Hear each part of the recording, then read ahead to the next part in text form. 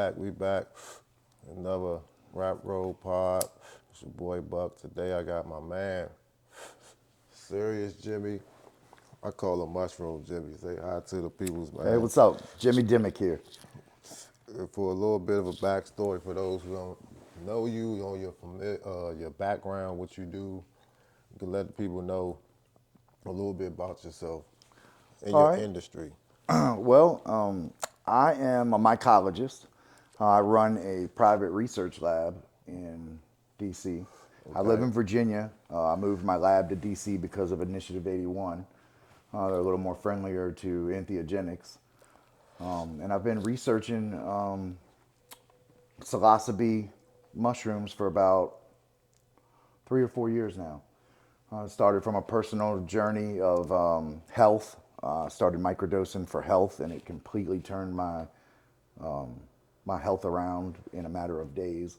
And I decided that was something that I had to look into, and I wanted to know why that it made me feel so good, and I knew that if it helped me, it would help a lot of other people. So I did a deep dive on it, and here I am now, and 3 years later, and I've got my own lab in Knee DC. deep. Yeah, a lot of people have a lot of misconceptions about mushrooms, and some people are like, a little wary of them. A lot of people just don't understand them. And with Initiative I-81, like you said, that allows for more research and development in the DC area as far as mushrooms are concerned. Yeah. Um, I recently started microdosing or what have you, so I got like very minimal Experience. experience, but you have a lot more with your background. Um, what are some of the misconceptions that people have about mushrooms? Well, that all mushrooms are created equal. That would be one misconception. Right. 1 gram of this mushroom is not equal in potency to this gram. So it's really important that you know what kind of mushroom that you're consuming, where it came from, and it's really important, I think, to have a good idea of the potency of it. And that's where my lab comes into it all. Is that I do potency testing on all my strains. When you say potency, 'cause we were having a conversation like before the camera started rolling. You was kind of explaining potency and like how the freshness of and different variables can come into making what the potency level is in a mushroom. Elaborate on that a little bit for me. So like, So I focus on psilocybe cubensis, and okay, that's that's a big word. What does that well, mean? that's the type of mushroom that produces psilocybin. There's many different types that produce psilocybin. Cubensis is It's, the most common. and psilocybin is the psychoactive type of mushroom. Yes, psilocybe is the Psilocybe. yes. Okay. So the major alkaloids in those are psilocybin and psilocin. Most people are familiar with that. There's also a lot of minor alkaloids that we're just now doing testing on, and that's where my research is focused, is on the entourage effect of these minor alkaloids. So alkaloids to a cannabis person is equivalent to terpenes or cannabinoids? Cannabinoids. Cannabinoids. Okay. Yes. All right. Yep. Continue. I'm Yep. just trying to stay on track Yep. with you. So just like you've got your minor, so you've got your THC, your THCA, those are your majors. The way Yeah. I look at it, and trying to equate it with cannabis for people that are familiar. And then your minor cannabinoids, I would say, are your CBD, CBDs, the CBN, C. CBG, Yeah. all of that. Right. So we know from cannabis that those minors produce an entourage effect together, along with terpenes. We actually just started finding terpenes in mushrooms, but that's a whole other story. Shit. But we think that it's the same with mushrooms, and Okay. that these minor alkaloids come together for an entourage effect. And so one group of minor alkaloids may be better for PTSD. One may Right. be better for anxiety. One may be better for depression. We just We're really don't just know yet. starting to scratch the surface We're on all of that and kind we're of just stuff. starting to collect data through an anonymous trip report that I have on my website, and we're Okay. asking people to go on there, answer a few questions, talk about their experience with what strain, or I'm saying strain because marijuana and cannabis The people terminology understand kind of that. is Right. relatable. Yeah, We yeah. call them varieties, a Varieties. variety of Right. cubensis mushroom, but we'll go with strain because a lot of people use that. So whatever strain that someone used, the dose and the amount that they used, if they have testing results like I provide with all of mine, Yeah. then we want to know that too. Yeah. So that we hopefully can collect this data and go back and look and say, hey, everybody who's taken this strain with Say these it's good. minor alkaloids are saying that it was really great for their anxiety. So maybe we've got something there. Right. So we want to, and then we can try to maybe breed for these specific effects. Types of mushroom breed. Mushroom breeding. Yes. Oh, that's a whole nother. And that is a whole whole, nother within the can last of 10 worms. years, I would say it was thought 10, 15, 20 years ago when people really started home cultivating Psilocybe cubensis that a cube was a cube. That's something we say in the mushroom world. A cube is a cube is a cube. Well, That's we're the blocks that they grow on. no What you mean? cubensis. Cube. Okay. Okay. Yep. Okay. So a cubensis is a cubensis is a cubensis. They're pretty much all they're the all same. the same. Well, now we've found That's that not the case. that's not the case, and that we can breed them. We can selectively breed and make cross hybrids that are subspecies. For specific intentions. Well, we're not sure about the specific intentions yet, but that's what I'm focusing on. I'm trying to Okay. collect the You need data, the data to look know at all what of that. direction to go. Right. But Man. right now we're breeding mostly for phenotypes, Okay. and we're breeding for potency. Okay. Okay. So, because we really don't know about the medical. Well, what? So a lot of people I've talked to that have taken mushrooms microdose. They take small doses so that they don't have a complete trip, Yep. and they find that to be very therapeutic. A lot of them say they're more focused. They get a lot more done. They're happier. So these are obviously effects of the consumption of microdosing mushrooms. Yes. And the data you're collecting is some of the things we can use to move forward to figure out which mushrooms are more helpful for what things. Exactly.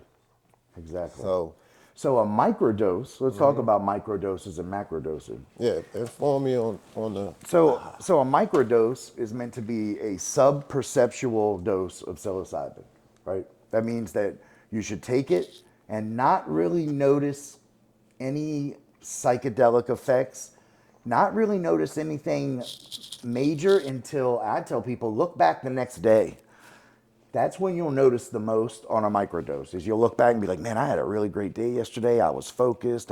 Maybe not so much when you're in, when you're in it, Yeah, but you're but it's assessing it too easier much. to see a microdose when you look back the next day, when you Like, look back yesterday on was pretty good. I got a lot of shit done. Right, right. So that's anywhere between 0.25 of an average potency mushroom, And the average potency is considered what percentage? about 0.5% by weight, 0.5% by weight is a average. average nice mushroom. So I have And a 0.25 of that is a microdose. 0.25 gram of a 0.5% mushroom is about an average microdose. Okay. So a full psychedelic experience for the average person should be around 25 to 30 milligrams of psilocybin, not milligrams of mushroom. So that's why it's important to know the potency of your mushroom, because like I have some layers. over 2% potency mushrooms, and then I have some need 0.5s. Smaller doses of that. Right, very So smaller there's doses. layers to the mushroom consumption. Yes. And see, a lot of people don't know any of that. Yeah. They're not even getting that much science behind, and they might not even be getting, the actual mushroom. Yeah. If they're taking it in other forms. It's hard to duplicate a mushroom, but Right. say like a chocolate bar or something to that effect. Well, and like we were just talking about, that just happened here recently in DC. Yeah, they had a few situations I had a recent. Few places got inspections done that had applied for conditional cannabis licenses to transition from an I-71 shop into a medical. to a So actual they, licensee. yeah, they applied, but it wasn't the ABCA, which is the Alcoholic Beverage and Cannabis Control Board in DC. It wasn't them that came in and did the came and knocked on their inspection. door. No. It was the MPD and it was the health department, the health and professional licensing. Yeah. They came in, and I knew this was going to happen, and they saw people selling or gifting, whatever you want to call it, Right. psilocybin mushroom bars that are unregulated Exactly. next to regulated product, Exactly. which is I-71. That's a big no-no. And they weren't tested either. Oh, yeah, absolutely I not. think they got a tip on that. Yeah, they're all black market usually. Lighter. I think they got a tip on that one. I got And you. yeah, but that was a shit show. So these are the types of things you want to kind of prevent out here with Yeah, with proper testing. knowledge, testing, information, resources, and all of that. So I do all of this research for myself. I'm a privately funded lab. I fund it out of my own pocket. And I think it's important to make this research and my data and my testing results Priority. available to people who are going to consume it. You know, if I'm doing the research and I'm doing the testing and I've got the data, why not make it available to who's going to be consuming it? I think everybody should want tested products either way. Yeah, and that's the way I think the market's going. I look Yeah. at psilocybin as being about 5 to 7 years behind cannabis as far as legalization, regulation, and all of that. Yeah. I think we're It's making waves though. A lot of I ain't gonna say a lot, but a few states are very open-minded to it. absolutely. So a few cities are A definitely. few cities are as well. So I think It's coming. It'll start trending. It's coming. And it won't. I don't believe it'll be as much of a resistance with it either. The Yeah, I don't science think and so the either. data will kind of back it up. I'm hoping so, and I'm hoping that the same mistakes aren't made as were made in cannabis, and that has delayed cannabis for so long. And you know, here we are. We're a long way out of decriminalization of and legalization for recreational use, and we still have a across. Schedule One, federally Schedule One controlled substance, which is ridiculous. Yeah, But it's more. so I hope that the same mistakes aren't made. I'm trying to regulate in an unregulated market. It's basically I'm trying to self-regulate myself so I can say, look, this Set is the what it standard. should look like, right? Yeah, you got to set the standard Right. and let them know that you're serious, so that anybody coming in to participate in the space afterwards is kind of held to that same standard. Because Absolutely. a lot of times I find in politics, governance, and sometimes it's not that they don't want to do, they just don't know how to do. So it's like an industry is new that they never were fond of or have any knowledge of in the first place. Now all of a sudden they're in charge of running the shit and they got to do it correctly. They don't even know what the fuck is going on. Yep, you're so exactly they right. need guidance a lot of times. The people that want to be players and participants in whatever the industry is, you got to kind of work with the lawmakers, you know what I'm saying, and the people that set the regulations and whatnot to help make the relationship gel more fluently. So Absolutely. you're not kind of at odds. And you tell them, well, you're not doing it right. And they're saying, well, you're not doing what I told you to do. Right, you know what right. I'm saying? That shit ain't gonna work. And you know, I'm glad that you said that. That's a really good point that you brought up. So what I'm doing, I'm trying to self-regulate in an unregulated area, and especially in Washington D.C. Yeah. If they're gonna The wild, wild east. decriminalize entheogenics, then let's start a path forward towards recreational adult use like we are with cannabis. And I would like to be at the table helping write the rules when the rules are written. We seen the other day, right? They had a meeting down there. They said they didn't even have any applications for testing labs for the first round of cannabis. Really? For the I-71's transition, they didn't have any applications to approve, so to speak. Really? And they didn't have enough grow applications to go through. I don't know how true it is or not. This is what they said. You're pretty right. I know that most people want storefronts, so I don't take it as like they bullshitting, completely. Because most people apply for dispensaries versus a process or a cultivation. Yes. And damn sure ain't nobody applying for lab testing. Nobody want to put a white jacket on. Right. Well, see, that's me. Right. Except for y'all guys, Right. because y'all already have the white jacket Right, on. right. You know what I'm saying? And we test cannabis too.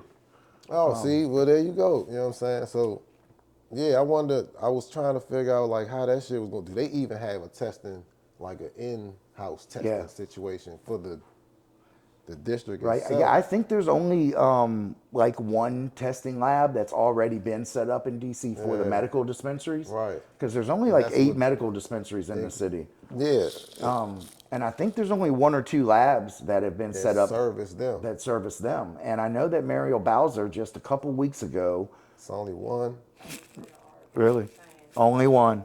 It's only one testing lab in the city. And you know, Mario Bowser just a couple weeks ago, or maybe it's been a couple months now, she passed a bill allowing anyone with a medical card to be able to take cannabis to that testing lab and get it tested themselves. Their home shit. Or anything. Like, if you just got some flower you want Yeah. tested in the Yep. city, You can got your take it. card, take it to the lab. You take it to the lab and you can pay to have them test it and you can see how close it is. Get y'all science jackets on, man. Right. Yeah, we need that. Get a testing license. That's what, well, I don't want to put him in the conversation, but I did talk to a colleague that does plant testing and stuff. And one of his concerns was they wouldn't let him test home grow. They would only let him test the licensees. And at the time, well, it ain't that many new ones, but you know what I'm saying? It was only like 5 to 8, 10 licensees that he would be able to test. And it's like, there's no market. If you're restricting me to only testing a few people that's only going to be testing a couple times a year. Right. It doesn't equate. Well, I don't know how they're going to do their testing either, because I know, like, from what I understand, most, like in Virginia, there's a couple medical dispensaries for medical patients. I think that those dispensaries that are going to dispense that cannabis, whoever their licensed grower is, the grower has to send all of the product to the lab. The lab chooses what they want to test. They spot pick, and then once the lab puts the numbers on it, the lab sends it to the dispensary, is from what I understand. Damn. Yeah, so that there can't be any. I mean, think about it. Whams and whatnot. Yeah, you could just go to your testing lab and hand them whatever, and then put that sticker on everything that was homegrown, and there you go. You got, there's a lot of unscrupulous stuff like that going on. So I don't know how they're going to do it in DC, but I'm sure they'll figure that out. Yeah, I don't know about that one. That's interesting. But testing is the way that it's going. Yeah. And people are starting to get away from black market products too. Yeah, because the black market isn't as safe as no. And especially nowadays when you've got fentanyl. Yeah, that shit is people crazy. Are putting fentanyl on everything. Now, I don't know about marijuana. They putting it on there too. Really? I haven't been able to confirm that. They have been putting, the black market has been out of control for a while. I don't want to throw too much on it, but because we all came from the black market. Yeah. We have to remember that. Yeah, but we're not holier than thou now. No, I'm not saying that at all. But it was like it was a moral code at one point, to where, you know what I'm saying, people cared about the product. Yes. They wasn't trying to just sell whatever because they trying to stay in the flow of you know what I'm saying, the times. Now, these people, they putting like fentanyl on everything. So wham, bam, it's just for $1. It only takes a little bit of that shit. So you sprinkling that shit on, you already got the color dyeing of the weed, because they ain't got, it's just kind of like very unsafe to just be roaming the streets. My big, so I'm a big proponent of truth in packaging. Right? Yeah. I want to make sure that all of my stuff is labeled and packaged properly, and people know exactly what they're getting. For instance, here's a problem that I have with these I-71 shops that are selling, say, these Stony Patch Kid candies, right? Mm-hmm. They look like Sour Patch Kids. Well, on the bag, it says 500 milligrams in the corner. Well, they're buying these bags offline, 1,000 bags at a time. Anywhere. they're putting 5 gummy bears in there, dripping some distillate on it, right? Right. So there might be 25 milligrams in every gummy bear, right? So now you've got a bag that's got 125 milligrams in it.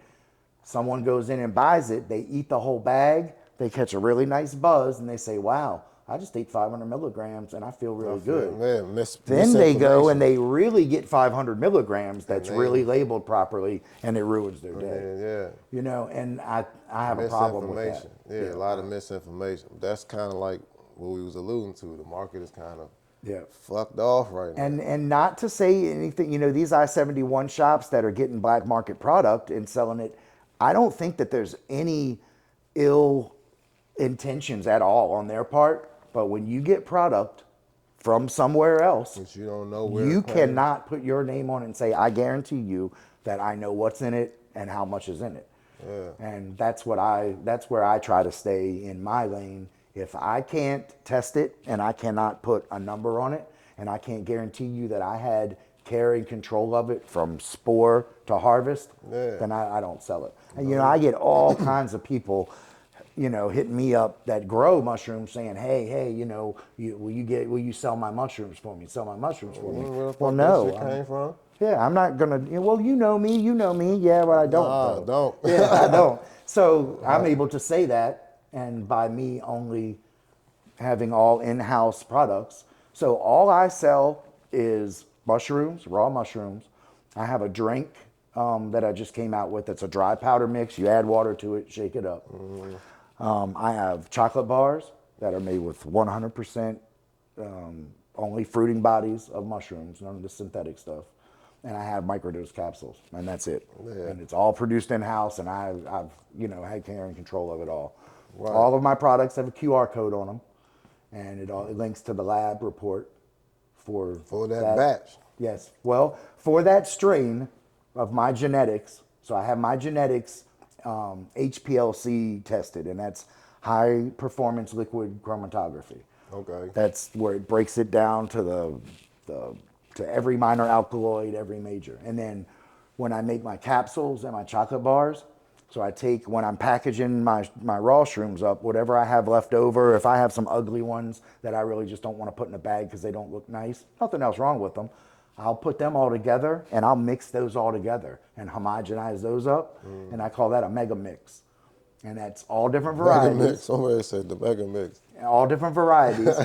And then what I do when I make my chocolate bars or my capsules out of that, I batch test that batch of mega mix so that I can get a potency number. You put on some it. mega mix in that bag. Yeah, absolutely. All right, we're gonna take a break. I'm about to go pull out the mega mix and talk more mushrooms with Jimmy. Yeah. After this quick break, we'll be right back. So we're gonna get into some of this mushroom breeding. You got some cultures here. Yeah. And you were telling me, we had a conversation previous, you were telling me it's similar to like cannabis in the way in which you had to like, I mean, it's much more clean as far as like the process. Yeah, but sterile. Sterility it's is way more key. sterile, Yes. but the concept was very similar. Similar. So we start our mushroom genetics out by either spore or a tissue culture clone, right? Okay, all right, tissue culture, now we talking. So spores, let's think of them as seeds, okay? When two spores come together in the right environment, they will germinate, and that's the start of their. But it takes two of them to come together, and not just any two spores. Think of it as a plus and a minus. So half of the spores in a mushroom are a plus. Think of it that way. Okay. The other half are a minus. Two pluses come together, nothing's going to happen. But Needs to how be do a you plus. isolate that? So what we do is we would drop the spores on this nutrient agar that I make, and I pour these plates in front of a flow hood that keeps anything that's in the air from falling down onto it. So we would take spores, they would come together, and they would start to grow out on here. The plus and the minus. The plus and the But minus. you'll probably get a shit ton of plus and minuses on here. Yes, you will. Yep. Okay. You can do so.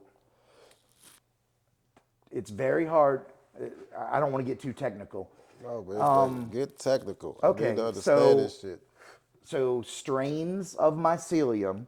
That's why we don't use strains for varieties, because you have thousands of strains of mycelium in here. 'Cause I use mycelium in my soil, but Right. it's not the same.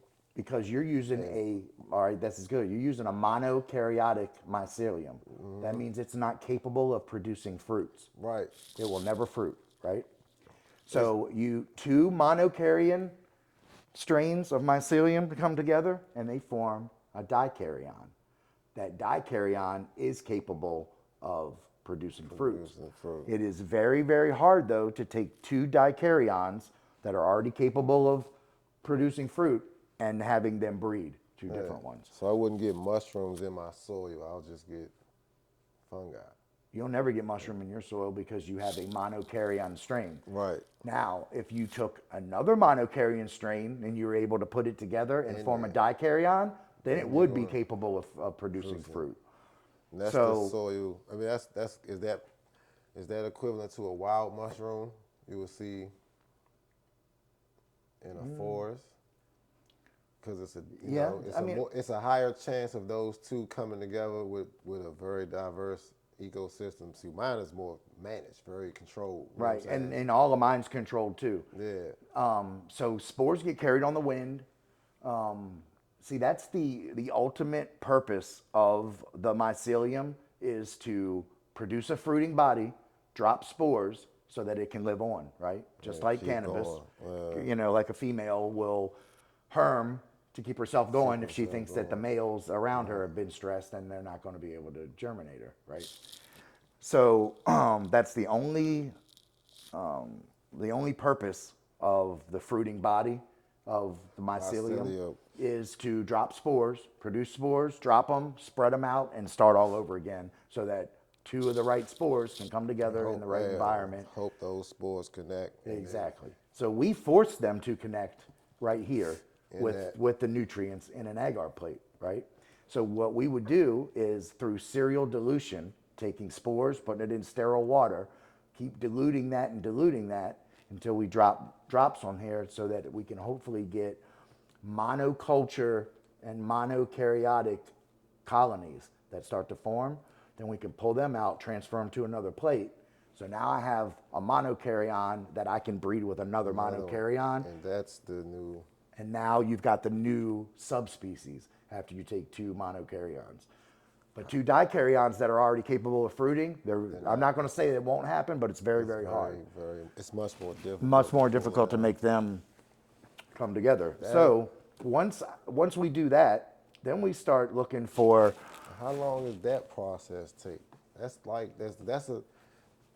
That was You just named like 3 different processes that had to happen in Right. in a highly sterile and controlled environment just to get starts to this. happening in about 48 hours Okay. in an incubator. Okay. You start to see growth in about 48 hours. It'll fill this whole plate in about a week to 10 days. All right, that's rapid.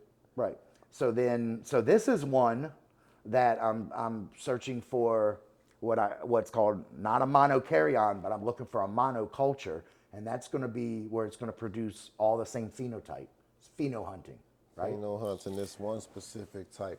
Right. So now, when you phenohunt, you have to grow it out to phenohunt, right? Well, I don't necessarily have to do that. I do phenohunt a lot like that. It's but faster though. Well, let's say that I'm trying to phenohunt an albino, right? And that's all I'm worried about. So if I leave it long enough, it'll fruit right in the plate. In the culture. Do you see that mushroom right there? Where it the fruited and it dropped a spore print.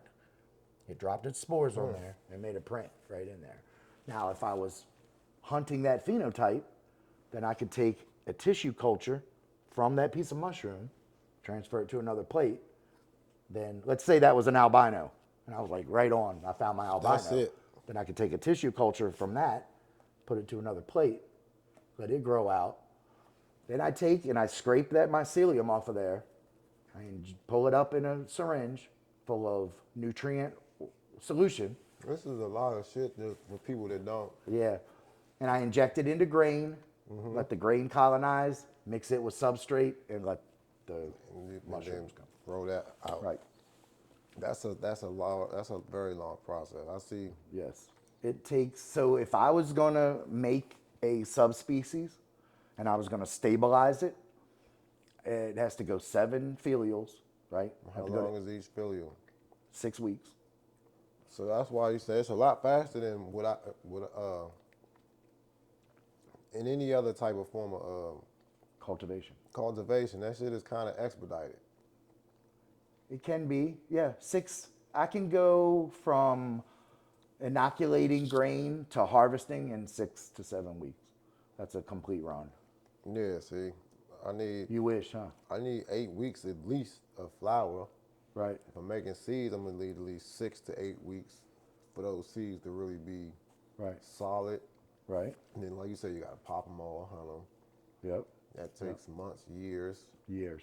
Um, Yeah, we're talking a couple years to stabilize a variety of a these variety, cubensis. I would say a year and a half if but you. you have to isolate what the intention is.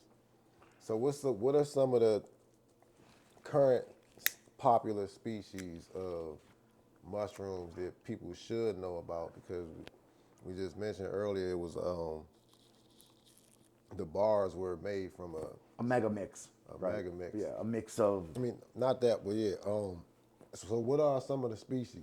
some of the varieties. Some of the Okay, varieties. right. So, like Golden Teacher, I'm sure a lot of people have heard of that. That's about an average, right? Then you get up into the peen. So that's going to be your LBM. I call them little brown mushrooms, right? Your Golden Okay. Teachers have the gold colored caps. That's what everybody thinks when they think of shrooms, right? The little baby ones. Yeah. Well, Well, some the are, skinnier ones, but the yeah, skinny brown. stipe. Yeah, Yeah, yeah. big cap. So then you get into the penis envy That's phenotypes. the one that I'm familiar with. A lot Right. of other people are familiar So the with that caps don't brand. really open up as much on the penis envies. They stay phallic looking, right? Looking like a penis on the head. And the Okay. stipes are fatter and thicker than the, you don't have the skinny stipe like you do in the standard phenotype mushrooms.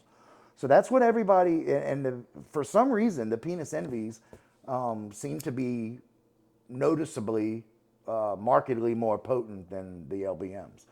So Okay. everyone has gone toward breeding the penis envy phenotypes, and they've gotten into so many crazy names and crazy crosses that I almost can't keep up with it anymore. Yeah. Seems like it's a new one every week, It's like it's almost like cannabis. this not the polka dot, not that shit. That's not a real one. Polka dot. Polka dot. Yeah, no, they're not. That's So the not an polka dot actual and the one mushroom. up mushroom bars, They're not they're not real. They never real were a mushroom. brand. Right. It's just a package. It's just a box, a packaging brand you can buy from China. And that's what everybody does. They buy it and they put this synthetic chocolate bars in there and they sell them by the case. And Yeah, see, there you go. yep. You know, the more you know.